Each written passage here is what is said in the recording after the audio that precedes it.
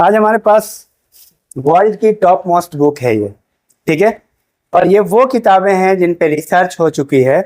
2 साल 4 साल नहीं, 40-40 साल एक व्यक्ति ने रिसर्च करके ये किताब लिखी, टॉप 5 रिग्रेट ऑफ डाइंग, ठीक है।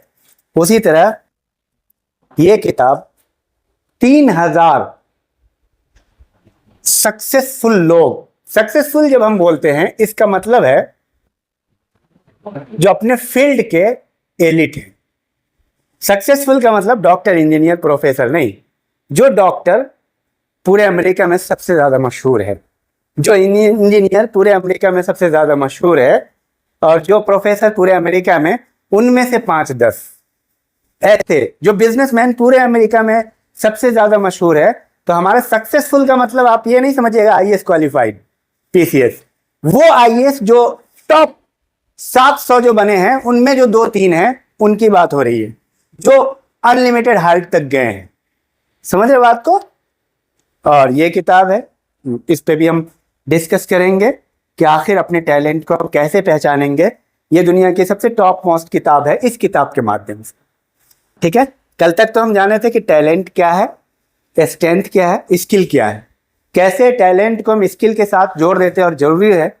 और यही वजह है कि एक व्यक्ति का स्ट्रेंथ इतना हाई हो जाता है क्योंकि वो स्किल को पहचान लेता है। तो सबसे पहले अपना टैलेंट पहचानो, देन उससे जुड़ा हुआ जो स्किल है उसको पहचानो, और हम जो मैस्लो हायरार्की है, हमें एक बेसिक नीड चाहिए, वो अचीव कर लो, ठीक है, उसमें कोई दिक्कत नहीं है। उसके बाद अपने आप को पहचानो। तो ये किताब खास है। इस किताब का नाम 7 हैबिट्स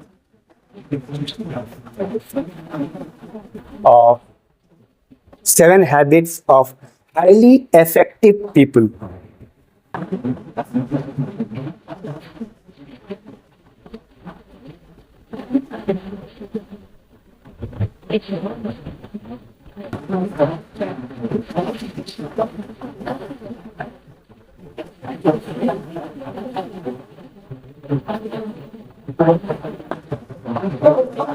ठीक है, 7 habits of highly effective people. दुनिया के सबसे टॉप मोस्ट सक्सेसफुल लोगों की वो 7 क्या कैरेक्टर है जो हमें जानने की जरूरत है, और उस कैरेक्टर को अपने अंदर इंटीग्रेट करने की जरूरत है। और ये इनमें किस तरह के लोग हैं? इनमें साइंटिस्ट भी हैं, इनमें बिजनेसमैन भी हैं, इनमें डॉक्टर भी हैं, हर पेशे के लोग हैं जिनका स्टडी किया गया, लेकिन उनमें 7 हैबिट कॉमन थे। उसमें 7 हैबिट क्या थे? कॉमन थे। समझा? अब उस 7 हैबिट पे हम चर्चा करेंगे। इसके साथ साथ इस किताब में जो एक खास बात है, ये किताब दुनिया की एक वाहिद टॉप मोस्ट बुक है जो कि टाइम मैनेजमेंट को और आपकी प्रोडक्टिविटी बढ़ाने के लिए नंबर 1 है। टाइम मैनेजमेंट एक किताब का नाम है, ब्रायन ट्रेसी राइटर है उनके, वो भी बहुत मशहूर किताब है, लेकिन इस किताब को सबसे ज्यादा रिकमेंड की जाती है और बिल्कुल लॉजिकल लगता है जब मैं आपको बताऊंगा। और मुझे ऐसा यकीन भी है कि आपने कभी कभी कोई वीडियो भी देखा हो, कभी सुना भी हो, ठीक है, वो चीजें आपके सामने आएगी। आप कैसे क्लासिफाई करोगे कि किस काम को पहले करें, कौन सा काम आपके लिए इंपॉर्टेंट है और कौन सा काम आपके लिए इंपॉर्टेंट नहीं है। ये किताब बताती है कि आप कौन काम करेंगे तो दुनिया में आगे बढ़ेंगे। क्योंकि हम लोग मेहनत तो सभी कर रहे हैं, लेकिन कुछ लोग ना मीनिंगलेस काम कर रहे हैं और वो समझ रहे हैं कि हम तो रात दिन मेहनत कर रहे हैं। हमें आइडेंटिफाई करना है कि किस काम पे आप मेहनत करोगे तो आप सक्सेसफुल हो जाओगे। तो ये चीज है, उस पर भी हम लोग बात करेंगे। तो चलिए हम को देखते हैं वो 7 हैबिट कौन कौन सी है एक इंसान में होनी चाहिए। और सबसे पहली बात यह है कि आप कैन यू गेस कोई एक आदत जो सक्सेसफुल इंसान की हो सकती है, कि आप गेस करने की कोशिश करो कोई एक आदत जो आप बताइए। क्या बोले? Consistency. Consistency no doubt successful इंसान की एक आदत है, पर इसके अंदर वो चीज नहीं है, इस किताब में वो मिसिंग है। ठीक है? हाँ, इसमें टर्मिनोलॉजी अलग दिया है, लेकिन वो कहीं ना कहीं टच करता है। ठीक है, आप बताइए, आपकी नजर में सक्सेसफुल इंसान में वो कौन सी आदत होनी चाहिए? एक पॉइंट उन्होंने कहा कंसिस्टेंसी, ये ठीक है, आंसर बिल्कुल सही है। हाँ बताइए सर। हमेशा बैलेंस बना के रखना, जैसे बैलेंस बना करके रखना। Yes sir. वेरी गुड, ये भी बहुत अच्छा है आपका आंसर। Yes, sir. हाँ, ताली बजा दीजिए, कोई बात नहीं। आप बताइए एक पॉइंट, मैं देख रहा हूं कितने पॉइंट इसमें से आ पा रहे हैं। देखिए, ये केस स्टडी की बुक है, ये 3000 सक्सेसफुल लोगों पे क्या हुआ है, केस स्टडी हुआ, तब फाइंड किया हुआ 7 पॉइंट। ऐसा नहीं है, 12 पॉइंट भी हो सकते हैं, 20 भी हो सकते हैं, लेकिन टॉप 7 को लिया गया जो कॉमन थे। समझ पा रहे मेरी बात? तो उसमें कंसिस्टेंसी वर्ड नहीं है, पर वो कहीं ना कहीं आप एनालिसिस कर सकते हैं। डेडिकेशन। डेडिकेशन, चलिए इनके लिए ताली बजा दीजिए। ये वर्ड नहीं है उसमें, 7 habits of highly effective people में नहीं है, लेकिन ये जरूरी है। हाँ, टाइम मैनेजमेंट। टाइम मैनेजमेंट, हाँ ये चीज है कि बिना टाइम मैनेजमेंट के प्रोडक्टिविटी नहीं हो सकती, ये चीज है। पर हूबहू टाइम मैनेजमेंट अलग तरीके से विश्लेषण किया गया है, वो 7 आदतों में नहीं है टाइम मैनेजमेंट, पर अलग से उसको विश्लेषण किया गया। बहुत अच्छी बात है। हाँ, आप बताइए। सॉरी, क्या कहते हैं, काइंडनेस या फिर ह्यूमैनिटी होना, क्योंकि जो सेल्फिश होते हैं वो कभी बड़ा नहीं हो सकता। क्या बात है, वेरी गुड। ये हूबहू सेम वर्ड नहीं है, लेकिन मीनिंग बहुत हद तक मिलता है। ये है, ये चीज है। बहुत बेहतरीन रूबी। आप बताओ प्रियंका। एक एक रूटीन हमको फॉलो करना चाहिए पर डे के हिसाब से, जो सिस्टमेटिक हो। बहुत बेहतरीन, वेरी गुड। ये चीज है, अलग से मेंशन है, इस किताब में है। ताली बजा दीजिए प्रियंका के लिए।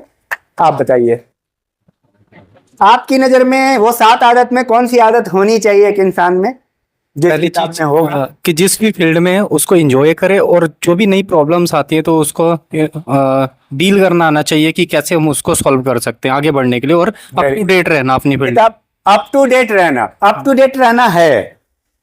ठीक है, अप टू डेट। ताली बजा दीजिए इनके लिए। लास्ट में इन्होंने एक लाइन बोल दिया, अप टू डेट रहना, लेकिन बहुत अच्छी बात है, वेरी गुड। आप बता दो कुछ भी, क्या पता उसमें टकरा जाए। हाँ, आप बताइए। निरंतरता।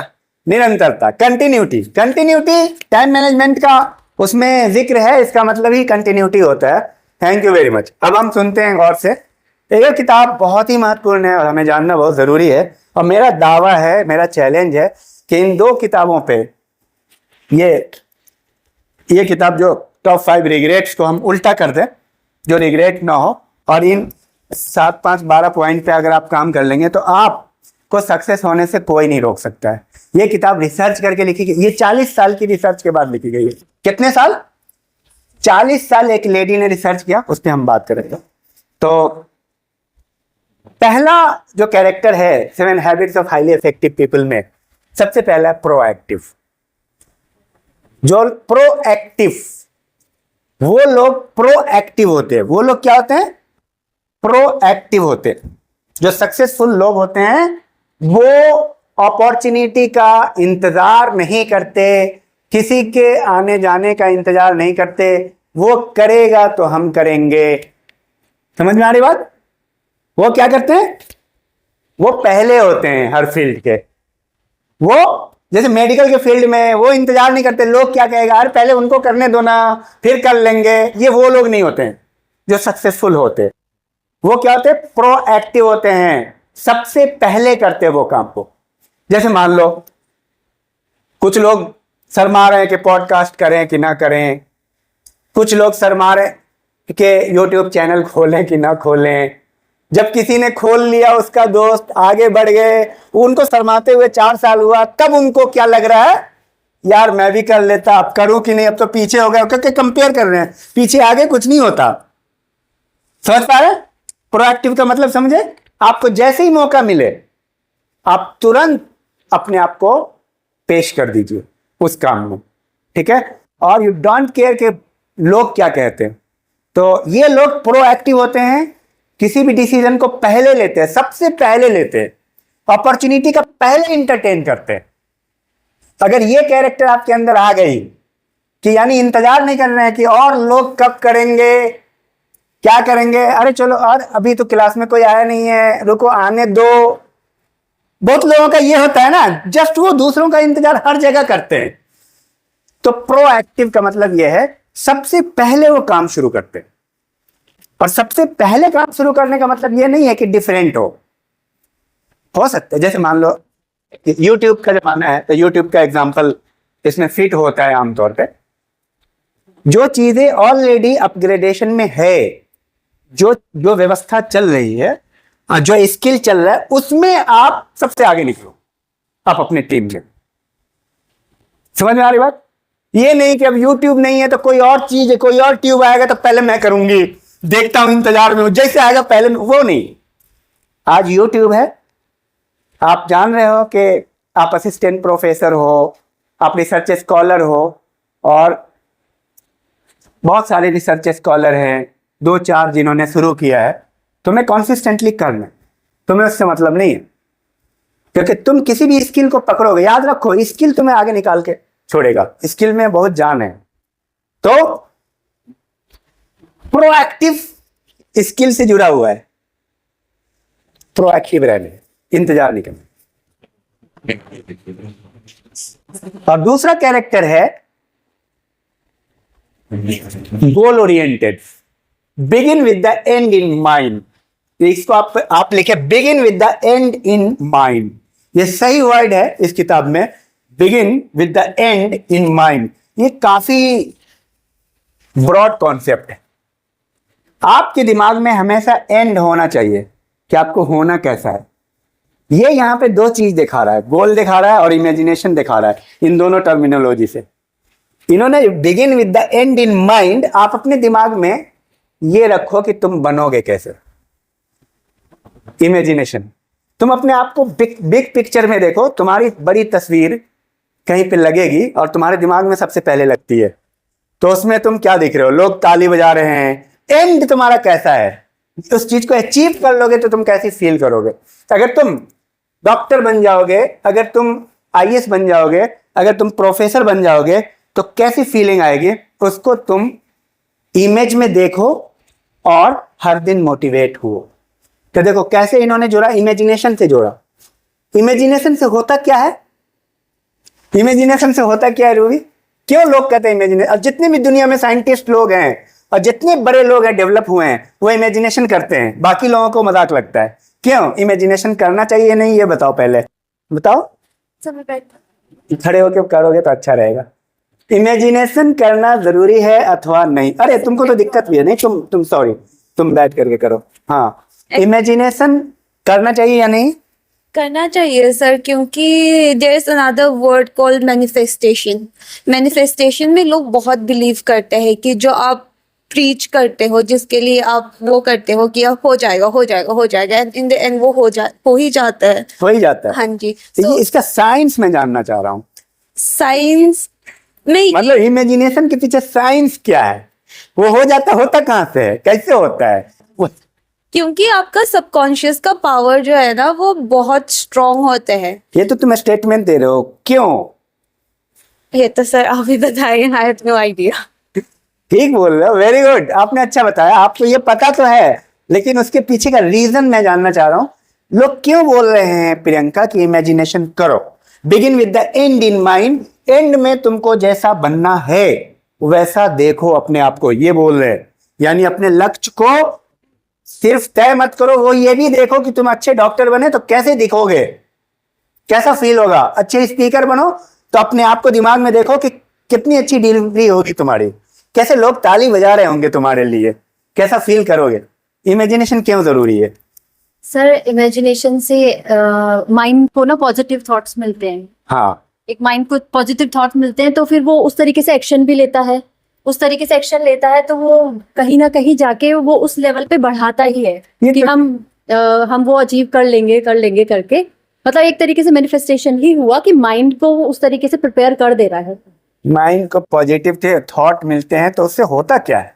पॉजिटिव थॉट मिलते हैं तो मोटिवेशन मिलेगा। बहुत बेहतरीन, वेरी गुड। किस और मैं एक्सप्लेन कर दूंगा आपका।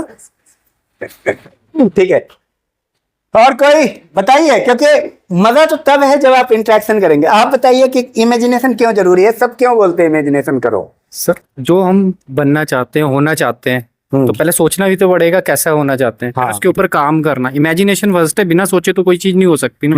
पहले सोचा होता है, चाहे हम जितने भी आविष्कार देखें।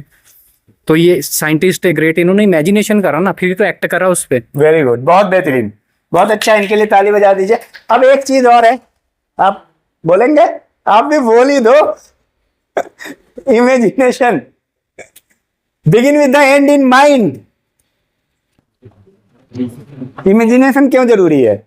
सही, इमेजिनेशन इसलिए जरूरी है कि इमेजिनेशन में आप उतनी सारी पॉसिबिलिटी आप देख सकते हो जिसमें आप अपने आप को आंक सकते हो। मतलब वेरी गुड, बहुत बेहतरीन, ताली बजा दीजिए इनके लिए। इमेजिनेशन क्यों जरूरी है? Begin with the and in mind. मैं आपको बता रहा हूं, हमारा जो दिमाग है ना, वो कंप्यूटर है। हमारा दिमाग कंप्यूटर से एडवांस, और हमारा दिमाग कर्सर से नहीं चलता है, इमेजिनेशन कर्सर है उसका। ठीक है, साइंटिफिकली काम करता है। जैसे आप इमेजिन करते हो किसी भी चीज को, हमारे दिमाग में हजारों फाइल है, वो फाइल खुलती है। क्या खुलती है? जैसे हम अकेले में अगर गए तो हम ये सोच रहे हैं कि मैं लेक्चर दे रहा हूं, तो हमारे दिमाग की वो फाइल खुलेगी। और फिर मैं अपने आप को देख रहा हूं कि मैं लेक्चर दे रहा हूं और वो फाइल मेरी कैसी है। अगर वो फाइल मेरी करप्टेड है तो लेक्चर करप्टेड होगा। अगर वो मेरी फाइल स्ट्रांग है, वो बनाना है इमेजिनेशन से। हमने इमेजिनेशन में बार बार देखना है, और मैं ये देख रहा हूं कि मेरा लेक्चर बहुत तगड़ा हो रहा है। मैंने फाइल खोली, अकेले में गए, कहीं पे भी गए, या सामने भी रहते हैं। हम इमेजिनेशन के साथ साथ भी ये काम कर सकते हैं। हम आगे का इमेजिनेशन भी कर रहे हैं कि आगे क्या बोल रहे हैं। Point to be noted. ये आपके इस पे डिपेंड कर रहा है कि आप कितनी स्किल्ड हो इमेजिनेशन में। इमेजिनेशन अकेले में ही रह के नहीं हो सकता, सबके साथ। जैसे बोलते हैं ना, सबके साथ रहते हैं फिर भी बोलते हैं तुम कहां हो, किसके बारे में सोच रहे हो, बोलते हैं ना। तो वो इमेजिनेशन करते होते हैं। एक्चुअली वो स्पॉन्टेनियस इमेजिनेशन हमारे अंदर है। और मैं एक बात बता दूं, दुनिया में किसी भी जानवर के अंदर ये कैपेबिलिटी नहीं है। सिर्फ इंसान के अंदर कैपेबिलिटी है कि वो इमेजिनेशन कर सकता है। इंसान इमेजिनेशन में किसी के घर जा सकता है, प्रधानमंत्री के साथ बैठ सकता है, किसी के साथ रह सकता है, और वो अपनी फाइल खोल सकता है। समझ रहे हैं? इस फाइल के खुलने से क्या होता है? इस फाइल के खुलने से आपकी पावर बढ़ती है। एक बॉडी का सिस्टम है RAS, reticular activity system. Mind में पावर सिस्टम खुलता है आपका। और आप सोचते हो कि हम सपोज के एक फला आदमी से मिलेंगे जो बहुत पावरफुल है, तो आपका ये फाइल खुला और आप सोच रहे हो अरे गेट कीपर है, कैसे होगा। आप जा रहे हो, बोल रहे हो भाई साहब मुझे सर से मिलना है। नहीं, वो मिलते नहीं है किसी से। फिर आप सोच रहे हो नेक्स्ट, फाइल को और मजबूत कर रहे हो। नहीं, कॉन्फिडेंस से जाएंगे और बोलेंगे गेट कीपर है कि सर को मैं जानती हूं, मुझे मिलना है उनसे। तुम्हारी बात हुई है? हाँ हुई है बात। ठीक है तो जाओ। आपने ऐसे इमेजिनेशन किया। आप कई पर्सपेक्टिव से इमेजिनेशन कर सकते हो, और जितना स्ट्रांग इमेजिनेशन होगा, माइंड खुद सजेस्ट करता है उससे मिलना है। मैं बता रहा हूं कैसे मिलोगे, वो इमेजिनेशन कराएगा। जैसे किसी को किसी से दोस्ती करना है, तो उसके पास क्या आएगा, कई तरह के ख्यालात आएंगे, थॉट। अरे ये मत बोलना, उसको बुरा मान जाएगी, उससे ऐसे बात करना, उसकी पर्सनालिटी ऐसी है। इमेजिनेशन में ये सारी बातें आएंगी। और उसका पीछा मत करना, अरे पीछा करोगे तो बुरा मान जाएगी। ठीक है, तो आपका दिमाग खुद बताता है कि जिससे तुम्हें मिलना है उसके लिए। जब दिमाग को तुम ये बता देते हो कि तुम्हें जाना कहाँ है, तो दिमाग बताता है जाना कैसे है। जब तुम दिमाग को बता देते हो कि तुम्हें करना क्या है, तो दिमाग बता देता है करना कैसे है। दिमाग ही बताएगा सब। दिमाग को जब तुम बता देते हो कि मुझे यार बहुत बड़ा साइंटिस्ट बनना है, तो बोलेगा रुक रुक रुक रुक रुक, तुरंत आंसर नहीं देता, हो सकता है 3 साल बाद दे, 2 साल बाद दे। अब मैं इसका, क्योंकि पूरा प्रोसेसिंग होगा, आपका ये फाइल खाली है तो समाज से फाइल ढूंढेगा, समझ रहे? आप जैसे सपोज यहाँ पे, चूंकि आपका इमेजिनेशन का कंटेंट मैं बहुत अच्छे से समझा दूं, जैसे मैं आया, आपसे मुलाकात हुई, जैसे आप हमसे मिलते हो तो हमारी फाइल खुल जाती है, आप हमारे बारे में सोचते हो, ये टीचर कैसा पढ़ाता है, सारी मेमोरी खुल गई, क्लियर है, ये आदमी कैसा है, ठीक है, और वो फाइल पूरी खुल गई कि ठीक है यार मज़ा आने वाला है, अच्छा टॉपिक होगा, जो भी होगा, और ये फाइल आपकी खुल गई और उसके अकॉर्डिंग आप रिस्पॉन्स करते हो। लेकिन जैसे ही एक व्यक्ति ऐसा आया जो बहुत ही बोरिंग है और आपको लगता है यार इंटरेक्टिव स्टडी नहीं होगा, यहाँ पे बस वो अपनी बात करेंगे, बोलेंगे, टाइप्स, कैरेक्टरिस्टिक्स, पॉजिटिव निगेटिव बता के निकलेंगे, बड़ा बोरिंग होता है क्लास, वो फाइल खुल गई और आपके माइंड ने आपको सूचित कर दिया कि इसको कैसे लेना है सामने वाले को। अगर कोई व्यक्ति ऐसा आया जिसको आप नहीं जानते, पहली बार आया, तो आपका माइंड क्या करता है, आप कॉन्शियस में उसको देख रहे हो लेकिन अनकॉन्शियस में फाइलें खुल रही है और वो कॉन्शियस बन रही है। अनकॉन्शियस में वो आपका माइंड डिप करता है और देखता है इस आदमी को तुमने कभी देखा है, तो फाइल को तलाशता है, ठीक है, कि ऐसा आदमी तो कभी मैंने देखा ही नहीं, कोई फाइल नहीं है यहाँ पे हमारे माइंड में। अनकॉन्शियस को डीप करके, अनकॉन्शियस आपका ड्राइव है, ठीक है, वो स्पेस है, सारे डेटा वहां पे अवेलेबल है, हजारों फाइल है, उसमें एक भी फाइल उस व्यक्ति का नहीं है जो अननोन है, जो सामने आपके आया। तो वो बोलता है कि देखते हैं ये कैसा है। तो होता क्या, अनकॉन्शियस जो है ना, आपको जब आपको उससे रिलेटेड कोई फाइल नहीं मिलती तो आपको डर लगता है उस व्यक्ति से, समझ रहे बात को? इसीलिए आप देखिएगा अजनबी से, अनजान से आपको डर लगता है, जाना पहचाना से डर, क्योंकि उसकी फाइल अवेलेबल होती है। उसी तरह अजनबी टीचर से भी डर लगेगा जो लेक्चर देने, अरे पता नहीं कितने घुसवर हैं, क्या है यार, शांत रहो, अभी बीच में मत जाओ, क्या पता डांट दिया, क्योंकि आपको आपकी फाइल बोल रही है, आपका माइंड बोल रहा है होशियारी से रहो, यहाँ पे तुम्हारे पास कोई फाइल नहीं है, इनकी कोई डाटा नहीं है अवेलेबल, कोई डेटा तुम्हारे पास अभी नहीं है, अभी देखो। अब उसके बाद जब व्यक्ति लेक्चर दे के गया जो कि अननोन था, अब उसकी फाइल आपके पास अवेलेबल है। तो माइंड कैसे काम करता है, पूरा साइंटिफिकली काम करता है। अब एक चीज और मैं एग्जांपल दे रहा हूं कैसे प्रोसेसिंग करता है माइंड, कि जैसे आप किसी वक्त कभी क्या करते हो कि किसी व्यक्ति को याद करते हो, हाँ क्लासमेट था मेरा एक एमए में, एक क्लासमेट था, याद करो, तुम्हारे साथ बैठा करता था प्रियंका, वो उसका नाम क्या है, याद आ रहा है? बट उसका नाम याद नहीं आ रहा है, लेकिन आधे घंटे के बाद उसका नाम याद आता है अचानक, जब तुमने याद करना छोड़ दिया। होता है कि नहीं होता है? ऐसा क्यों होता है? क्योंकि माइंड अपना काम कर रहा था, माइंड को तुमने काम दे दिया था, वो प्रोसेसिंग कर रहा था और उसने थोड़ी देर के बाद नाम याद करके, कि नाम पॉपअप करके उससे निकाल के डीप से, अनकॉन्शियस से बोला ये था संतोष, लो, तब तुम्हें याद आता है। जिसको बताना था वो तो चला गया, अरे संतोष था, अब याद आया। वो कहां से हुआ?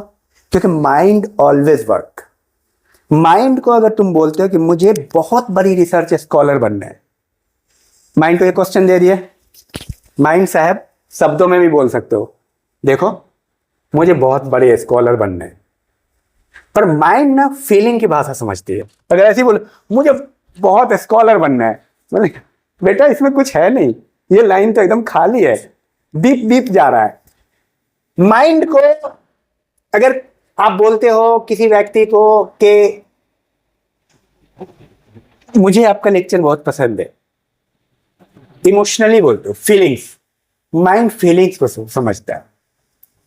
अगर ऐसे ही बोलते हो उनके मन लगाने के लिए, अरे आपका लेक्चर बहुत अच्छा होता है, मुझे बहुत पसंद है, तो आपका माइंड तुरंत रीड कर लेता है, इस कंप्यूटर से भी तेज है, अच्छा इसका मतलब ये बंदा तुम्हारे लिए इंपॉर्टेंस नहीं है, तो माइंड उस बात को डिलीट कर देता है, कोई बात नहीं, इस फाइल को डिलीट करके फेंक दिया। क्योंकि माइंड, मैंने कहा था डिलीशन, डिस्टॉर्शन, जनरलाइजेशन की प्रोसेस चलती है माइंड में, वो मेरी वीडियो अवेलेबल है, उसको आप देख लीजिएगा, बहुत लंबा प्रोसेस है। तो माइंड जो है ना बहुत ही कॉम्प्लेक्स है और बहुत ही साइंटिफिकली काम करता है। और आपकी फाइल को खोल करके आप एक क्वेश्चन उसको आप दे दो, तो आज नहीं 3 साल बाद उस क्वेश्चन का आंसर वो जरूर देगा। बोलेगा ले अच्छी रिसर्च स्कॉलर बन जा, ये है रास्ता। समझ में आ रही बात? अगर माइंड को तुम बोल देते हो कि हमें भी साइंटिस्ट बनना है बहुत बड़ा, अब मुझे कोई आइडिया नहीं है, शब्दों से बोल दो, मन में बोल दो, फीलिंग होनी चाहिए हाई लेवल, इमोशनल हो तुम, मुझे बनना है भाई। माइंड इमोशन की भाषा सुनता है और माइंड सर्च करने लगता है, एक दिन तुमको आंसर दे देगा कि भाई साइंटिस्ट बनना है, ऐसे करो ऐसे करो, अच्छे साइंटिस्ट बन जाओगे। तो begin with the and in mind, समझ में आएगा? इमेजिनेशन। उसके बाद है पुट फर्स्ट थिंग फर्स्ट। हाँ, अब ऐसा है कि बहुत लंबा हम लोगों ने डिस्कशन कर लिया है, इस प्रोसीड करते बाद में उस पर आंसर क्वेश्चन करेंगे। हाँ बिल्कुल बिल्कुल मैं उस पर बात करूंगा, क्योंकि ये टॉपिक वहीं पे छूट जाएगा, पूरे किताब को हमें विश्लेषण करना है। ठीक है, तो हार्ड जो कैरेक्टर होता है सक्सेसफुल लोगों का, इफेक्टिव लोगों का, वह पुट फर्स्ट थिंग फर्स्ट। आप पहली चीज को पहले रखो। क्या बोलते हैं वो? पहली चीज को पहले रखो। उनको पता होता है कि सबसे पहले कौन काम करना है। Actually this is time management, put first thing first. उनको पता होता है कि पहली चीज कौन है जिसको हमें पहले रखना है। सक्सेसफुल लोगों को पता होता है कि दिन भर में सबसे पहला काम करने का क्या है। ज्यादातर लोगों को यह नहीं पता है कि हमारे कौन से काम पहले होंगे, कौन से बाद में होंगे। जो आ रहा है सामने पहले इसको कर लेते हैं। देखो कितनी बढ़िया स्ट्रेटजी है, ये एक कैरेक्टर है। सक्सेसफुल लोगों को पता है कि पहले कौन काम करना है। आज सबसे पहली प्रायोरिटी हमारी क्या है। वो छोटा छोटा स्टेप इतना बड़ा, आपके इतने बड़ा डिफरेंस पैदा कर देगा। सेम कर रहे हो लेकिन तुम्हारी पहली प्रायोरिटी उनकी पहली प्रायोरिटी में डिफरेंस है ना, 2 पर्सनालिटी निकलेगी। ठीक है, तुम दोनों का मतलब 3 काम एक जैसा है और डेली करना है, लेकिन वो पहला काम कुछ और कर रही है, तुम पहला काम कुछ और कर रहे हो, तो 2 पर्सनालिटी कैसी बनेगी? अलग बनेगी। क्योंकि पहला चीज जो तुम कर रहे हो वो एकदम फ्रेश माइंड में कर रहे हो। तो इसलिए कह रहे हैं पुट फर्स्ट थिंग फर्स्ट। वो जानते हैं पहले मुझे क्या करना है। ठीक है, और नेक्स्ट ये समझ में आ गया। नेक्स्ट है विन विन थिंक। ठीक है, विन विन थिंक जिस पे रूबी ने बात किया था। Win win think, WIN, win win का मतलब जीत, जीत जीत की सोच। और हार का इंग्लिश क्या होता है? लूज या डिफीट, है ना। ये जो सक्सेसफुल लोग होते हैं, इफेक्टिव लोग होते हैं, वो विन विन थ्योरी पे बिलीव करते हैं।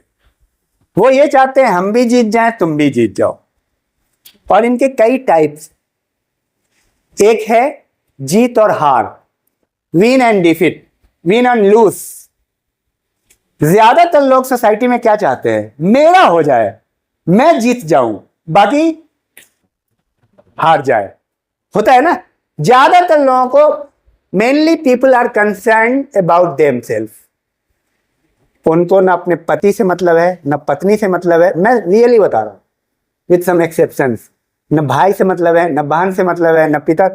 मुझे सक्सेसफुल होना है, वो कभी नहीं होंगे सक्सेसफुल। समझ में आ रही बात? जो सबको लेकर के चल रहा है, सबके बारे में सोच रहा है। सक्सेसफुल लोग कैसे सोचते हैं? सक्सेसफुल लोग चाहते हैं कि आप भी अच्छा करो और मैं भी अच्छा करता हूं। लेकिन जो अनसक्सेसफुल लोग हैं, विन और लूज की थ्योरी में चलते हैं। लूज एंड विन, वो हार जाते हैं। कई बार क्या होता है ना, कुछ लोग लूज एंड विन की थ्योरी में थे। हम तुम्हारे लिए हार सकते हैं, तो तुम तो पहले ही हार स्वीकार कर लिया। बोलते हैं ना, हम तुम्हारी चाहत में हार सकते हैं, तुम जीत जाओ। ये भी गलत एटीट्यूड है। तुम क्यों हार गए भाई? हमें कोई नहीं मिला तो सुसाइड कर लिया, हार गए। समझ रहे हो बात को? लूजर है। तो लूज एंड विन की थ्योरी भी गलत है। नहीं, मैं तो उन पे मरता हूं, मुझे पहले वो चाहिए, उनके लिए चाहिए। वो लोग भी लूजर है। और एक है लूज लूज थ्योरी, हम तुम्हें हरा के छोड़ेंगे, बल्कि भले ही हम हार जाएं, हम तुम्हें कभी जीतने देंगे। ऐसे भी लोग होते हैं, बोले किसी भी कीमत पे हमको मेरा सिलेक्शन हो या नहीं हो, सामने वाले का नहीं होना चाहिए। या किसी भी चीज में कोई प्रोग्राम हो रहा है ऑनलाइन, किसी में इसका नहीं होना चाहिए सिलेक्शन, हमारे पड़ोसी का या जिसको हमने एंटागोनिस्टिक बनाया है। इतनी दुश्मनी है, हम हार जाएं तो हार जाए, लेकिन सामने वाले को, this is lose lose theory. और सबसे बेहतरीन थ्योरी विन विन थिंग। जब आप ये सोचते, सक्सेसफुल लोगों के सोचने का तरीका क्या होता है, वो हमेशा चाहते हैं कि आपका हो जाए। और मैं आपको बताऊं, मैं रियली इंटेंशन से बता रहा हूं कि मेरा मकसद रहता है कि मैं कितना लोगों का फायदा पहुंचाऊं। मतलब ये मैं दिल से बोल रहा हूं कि हम कितने लोगों के काम आए। और मैंने बहुत सारे टेक्निक, बहुत सारे अप्रोच, बहुत सारे चीजें हमने इसके लिए एक्युमुलेट की है कि हम लोगों के काम आ जाए। और मैं लोगों के काम आता हूं तो उसमें क्या करते हैं, हम बच्चों को सबसे पहला काम हमने एक बहुत ही अच्छा स्टूडेंट था, उससे हम डिस्कस कर रहे थे। मेरा आइडिया है कि मैं किसी भी बच्चे को कोई प्रॉब्लम नहीं हो, किसी भी डिसिप्लिन का हो, उसको हम नोट्स प्रोवाइड करें। तो एक बेस्ट एटीट्यूड है। एटलीस्ट बच्चे बहुत परेशान होते हैं। हमारा इसके पीछे लॉजिक ये है कि हम चाहते हैं कि कुछ न कुछ हर एक स्टूडेंट को हम दें। हम कैरियर काउंसलिंग अच्छा करते हैं, हमें बिलीव है। और मेरे तरीके पे अगर कोई भी आज तक जिसने बात माना है वो सक्सेसफुल हुआ है। और वो चाहे स्टूडेंट कोई भी हो, कैरियर से रिलेटेड हो, रिसर्च स्कॉलर का हो, IAS PCS का हो, BA MA का हो, कैसे तैयारी करना है ग्रुप C से लेकर IAS तक की, और इवन रिलेशनशिप को कैसे ठीक करना है। कभी इस टॉपिक पे भी हम बात करेंगे आपसे कि रिलेशनशिप का इश्यूज है। हम मतलब मैंने अपने अंदर इतना कंटेंट एक्युमुलेट किया है, समझा है, मैंने बहुत सारी किताबें पढ़ी है ताकि हम लोगों के काम आ सकें। इसके पीछे मकसद मेरा बहुत ही क्लियर है, दिस इज द पर्पस। और हम लोग क्या समझते हैं पर्पस को, डॉक्टर बनना। डॉक्टर बनना, बन गया, खेल खत्म, वहीं रुक गया, स्टक हो गया।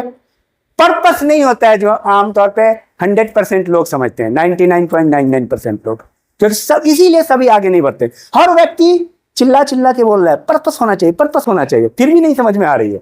एक्चुअली हम लोग जिस चीज में जी रहे हैं वो पर्पस है ही नहीं। हम सिर्फ एक जॉब लेना चाह रहे हैं, जॉब लेना पर्पस नहीं। जॉब ले लिया उसके बाद स्टक, खेल खत्म, जाओ फिर खाओ पियो। तो मैस्लो हायरार्की है ही, फिजियोलॉजिकल स्टेज पे हैं आप। तो हमारा मकसद है कि हर एक स्टूडेंट को कुछ ना कुछ हमसे फायदा हो। और स्टूडेंट हमारे पास आते रहते हैं, ये भी मैं बताऊं, जब भी आप जाओगे तो 5, 7, 10 स्टूडेंट हमारे पास रहते हैं। उनसे हमारी बात होती है, काउंसलिंग होती है, कुछ भी इश्यूज होता है हमारे लेवल का होता है तो हम बात करते हैं किसी भी तरह की।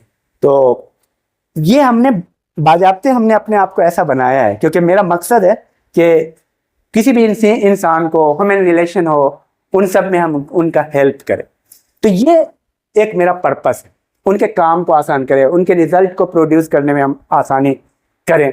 ठीक है, तो विन विन थिंक समझ में आया। तो आपको भी इसी तरह से बनाना है अपना आइडिया। आप सिर्फ सोचो, दिमाग करेगा सारा काम। आप अरे सर इतना टाइम मुझे कहाँ है, टाइम निकल जाता है। समझ रहे हैं, साधारण से साधारण लड़कियां और लड़के मैक्सी से अवार्ड ले लिया, क्या कहते हैं कि बहुत सारे लोग बड़े बड़े प्राइज ले रहे हैं, अवार्ड ले रहे हैं, क्योंकि सारे काम कर ले रहे हैं। तो जब अपने दिमाग को ये सोचना दोगे कि मेरे पास है क्या, हम क्या दें लोगों को, पैसा नहीं देना है, दिमाग बताएगा कि तुम्हारे पास क्या है, वो हम बता रहे हैं। तुम्हारे पास है कुछ को तो दे ही सकते हो। तो that is win win thing. जब तुम ऐसा सोचने लगोगे तो हिंदुस्तान में कर्मा का सिद्धांत है, जैसा कर्म करोगे फल तो ऐसा आएगा। जो तुम देते हो ना लौट के वही आता है, और जितनी मात्रा में देते हो उतनी मात्रा में लौट के आता है। तो पहले हमें देने का शेयर कितना कर सकते हो आप, win win thing. Understand, next point है अंडरस्टैंड। अंडरस्टैंड, अंडरस्टैंड का मतलब होता है समझना। हमें परिस्थिति को और सामने वाले को समझना है। ऐसा नहीं है कि बस विन विन थिंग से एसोसिएटेड है, ऐसा नहीं है कि बस हमें तो अपना काम पूरा होना है। हर पति को पत्नी को समझना है, हर एक स्टूडेंट को टीचर को समझना है, हर एक दोस्त को समझना है। अंडरस्टैंड करना है एक दूसरे को, उनके इमोशन को टच करना है। क्या करना है, उनको समझना है, उनके फीलिंग को समझना है आपको। ये नहीं कि नहीं भैया मेरा तो हो गया बाकी का नेट हो ना हो, कोई बात नहीं, नहीं, उसको कोऑपरेट करो, उसको समझो, जिसको प्रॉब्लम है, ठीक है, उसको अंडरस्टैंड करो पूरे सिचुएशन को, ठीक है। और नेक्स्ट पॉइंट है सिनर्जी, SYNERGY, सिनर्जी, सिनर्जी। छठा पॉइंट है सिनर्जी, ठीक है। ये क्या है? जब तुम, जो सक्सेसफुल लोग हैं, इफेक्टिव लोग हैं, वो एक लेवल के बाद टीम में काम शुरू कर देते हैं। सिनर्जी का मतलब हाईली एनर्जेटिक, मतलब वो एटम बम की तरह पावरफुल होते हैं। सिनर्जी का मतलब होता है टीम वर्क, और इसके लिए एकदम अलग, इसमें से एनर्जी स्पॉन्टेनियस निकलती है। सिनर्जी का मतलब ये है, एक ऐसी चीज जिसमें से एनर्जी निकलती रहती है हमेशा, तुम उसका यूज कर लो। उनको टीम वर्क करना पड़ता है, जो इफेक्टिव लोग हैं। एक और एक दो नहीं होता है, वहां पे 11 होता है टीम वर्क में। 2 और 2 4 नहीं होता है, 22 होता है। 2 2, 3 और 3 6 नहीं होता है, 33 होता है, जब सिनर्जी क्रिएट होता है। जब एक आदमी मिलके कोई काम करता है अकेला, और 2 आदमी मिलके काम करता है, तो वो उसकी प्रोडक्टिविटी 10 टाइम्स बढ़ जाती है। इमोशनल सपोर्ट, टीम वर्क, सब चीज, रिस्क लेने की क्षमता। अब मान लो कि 100 रुपया किसी बिजनेस में लगाना है, तो एक अकेला आदमी लगाएगा और 50-50 रुपया लगाएगा, और बिजनेस मान लो कि मिलियन टाइम्स बढ़ गया, 100 को मिलियन टाइम्स कर दो, और खोने की संभावना 0 पूरी है, ठीक है। अगर 50-50 लगाएंगे तो 50, उसको आप 1 लाख कर दो, 50-50 हजार का लॉस हो सकता है, लेकिन बेनिफिट होगा। तो जिन लोगों ने भी काम किया, माइक्रोसॉफ्ट कंपनी का मालिक बिल गेट्स ने अपने दोस्त के साथ काम किया, पता है आपको? उसका दोस्त मर गया 18-19 साल की उम्र में। उसने 3 व्यक्ति के साथ काम किया, एक लड़की थी उसमें और 2 लड़का था। एक बिल गेट्स है, उसका दोस्त था कोई, मैं सी से नाम है, मैं नाम भूल रहा हूं। तो किसी कारणवश ना उस लड़की के साथ भी दुर्घटना हो गई, उसका दोस्त था, वो अकेला बचा, और जो सबसे ज्यादा टैलेंटेड था उसी का डेथ हो गया था। तो साथ रहने में बेनिफिट हुआ, टीम का कितना फायदा होता है। तो ऐसे सारे कंपनी शुरू होती है टीम से, कोई भी कंपनी, ठीक है। उस टीम में एक मैनेजर होता है, सुपरवाइजर होता है, बड़ा होता है, लेकिन बाकी लोग होते हैं। तो बिना टीम के आप कोई बड़ी चीज नहीं अचीव कर सकते। हर चीज छुपा छुपा के चल रहे हैं, ये बड़ा इंडिविजुअलिस्टिक अप्रोच होता है। अगर तुम कुछ बड़ा करना चाहते हो तो तुम्हें टीम बनाना पड़ेगा दुनिया में, ठीक है। और लास्ट पॉइंट है sharpen the saw, sharpen the saw. इसका मतलब क्या हुआ? अपनी कुल्हाड़ी तेज करो। 7वां पॉइंट, शार्पन द सॉ, अपनी कुल्हाड़ी तेज करो। इसका मतलब है upgradation. Sharpen the saw, SAW, ठीक है।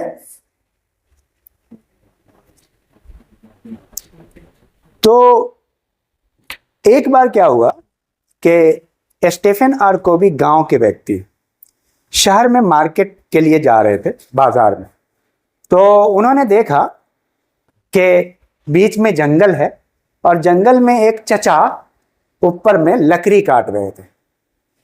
ओ सॉरी, इससे आड़ी आड़ी आड़ी से, ठीक है, कुल्हाड़ी नहीं, आड़ी, ठीक है। आड़ी से क्या कर रहे थे? तो स्टीफन आर कोवी ये जो राइटर है, और जितने भी बड़े लोग, जितने राइटर हैं, वो सिंपल थे पहले, कि कोई किताब मशहूर हो गई, कुछ हो गया, कुछ अच्छा काम किया, उन्होंने अपनी स्टोरी लिखी। तो क्या हुआ कि वो आधा घंटा, मतलब वहां से गांव से आ रहे थे, तो काफी थक गए, तो जंगल में देखा, वहां पे खड़े हुए तो एक बूढ़ा आदमी अपनी आड़ी से वो लकड़ी काट रहे। आधा घंटा हो गया लेकिन कट नहीं रहा था लकड़ी, जरा सा भी असर नहीं पड़ रहा। तो उन्होंने अपने लहंगे में बोला, चचा क्या हुआ तुम्हें, कहां से आए हो? ये आड़ी तेज कर लो, आड़ी। बोला मेरे पास टाइम नहीं है आड़ी तेज करने का। तुम्हें कहाँ जाना, मार्केट, तुम जाओ, मैं अपना काम कर लूंगा, मेरे पास टाइम नहीं, मुझे जल्दी काट के जाना है। सुबह का टाइम था, 10-11 बजे का। वो मार्केट में, स्टेफन आर को भी चले गए मार्केट। मार्केट से 3-4 बजे शाम में लौटते हैं, फिर भी चचा उसी को काट रहे थे अपनी आड़ी से। बोले चचा अपनी आड़ी को तेज करो। नहीं नहीं, टाइम नहीं है मेरे पास, मुझे जल्दी काम करके जाना है। हम सब यही कर रहे हैं, बात समझ पा रहे हैं? क्योंकि हम लोग स्किल्ड होने के लिए तैयार हैं। इफेक्टिव लोग, सक्सेसफुल लोग तुरंत अपने आप को बदलते हैं, अपनी स्ट्रेटजी को बदलते हैं, डिसीजन लेते हैं। मैंने पहले कहा डिसीजन तुरंत लेते हैं। हम लोग, मैं एक छोटा सा एग्जांपल ले रहा हूं, हम लोग उस स्टेज से यहां आने की कोशिश नहीं करते। इसमें और यहां आने में पर्सनालिटी में एक बड़ा चेंजेस आता है। हम लोग कोई भी डिसीजन नहीं लेते, एक जो है खोल में चलते रहते हैं। भाई लोग क्या सोचेंगे, स्टेज से उतर के अच्छा कैसे लगेगा, लोग क्या फील करेंगे। मैं आपको बता रहा हूं, शुरू में तो मैं जो बड़े बड़े जो प्रोग्राम होते हैं कॉलेज में, कोई भी, तो मैं स्टेज पे नहीं रहता हूँ। कोई भी बड़ा प्रोग्राम जो केमिस्ट्री हॉल में होते हैं या कहीं पे भी, तो स्टेज बहुत अच्छा सजा हुआ है, ठीक है, मैं स्टेज पे बात करता हूँ, बोलता हूँ, फिर मैं नीचे उतर जाता हूँ, ठीक है। टीचर वहाँ डेस्क में यहाँ बोलते ऐसे, अपना उनका सिर्फ चेहरा नजर आता है।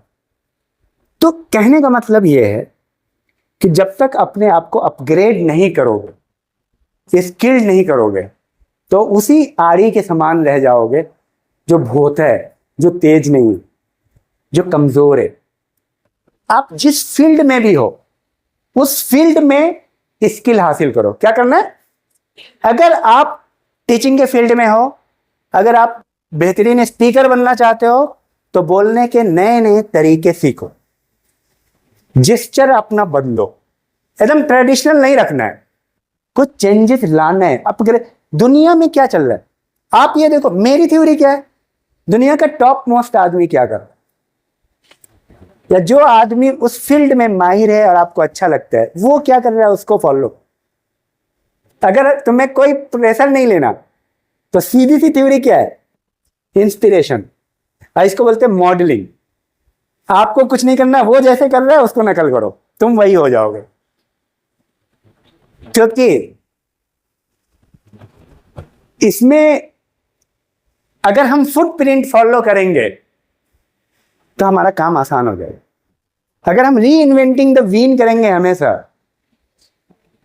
इमिटेशन अच्छी चीज है, अच्छी चीज का इमिटेशन कीजिए, क्योंकि इमिटेशन करने के बाद एक बार वो चीज आपकी हो जाएगी, कॉपीराइट इसकी नहीं है। अरे अफरोज इकबाल में दोनों हाथ क्यों हिलाया, ये तो उसका था कॉपीराइट। अब समझ में आ रही बात? इसीलिए मैं कहता हूं क्या कहता हूं, ओरिजिनलिटी इज ए मिथ। अगर मैं कहता हूं ये मेरा स्टाइल है, तो कोई और क्यों कर रहा है? क्योंकि दुनिया चलती रहेगी, और दुनिया में सबसे आगे वही लोग हैं जो सबसे ज्यादा मतलब ओरिजिनलिटी को मिथ मानते हैं। मिथ ऑफ ओरिजिनलिटी के चक्कर में इतने कॉम्प्लिकेटेड हैं कि हम अपना ओरिजिनल काम भूल चुके हैं। ये ले, ये ना ले, ये ले, ये ना ले। समझ पा रहे हैं? मैं इमोरलिटी की बात नहीं कर रहा हूं, मैं बोल रहा हूं लोगों के काम आए, लोगों को एक्नॉलेज करे, लोगों को इंस्पायर करे, उनके काम आए। ये तो मैंने कहा है सक्सेसफुल लोगों का तो ये कैरेक्टर है। लेकिन अगर आपको दुनिया के सबसे माहिर व्यक्ति की कोई चीज पसंद आती है, तो आप उसकी ले लो। समझ में आ रही बात? सक्सेसफुल लोग पूछते नहीं है, स्टाइल ले लेते हैं चुपचाप। और तुम सोचते रहो तो लोग क्या बोलेगा, ये तो उनका स्टाइल है। किसी को याद नहीं है कि किसका स्टाइल है। अच्छा, जब तुम मुझे लेक्चर देते हुए देखते हो, या जब तुम किसी को भी लेक्चर देते हुए देखते हो, तो क्या सोचते हो ये उसके जैसा बोल रहा है? Never ever. तुम बोल रहे तुम्हारा स्टाइल है, सिर्फ तुम्हारा है। समझ में आ रही बात? तो ये था 7 कैरेक्टर जो हम सब में अगर आ गया, और मैं लक्की हूं कि मैं सिर्फ ये किताबें नहीं पढ़ता बल्कि इस किताब को अपनी लाइफ में इंपोज करता हूं और उसका परिवर्तन मैं देख रहा हूं। अपनी जिंदगी में परिवर्तन है। ठीक है।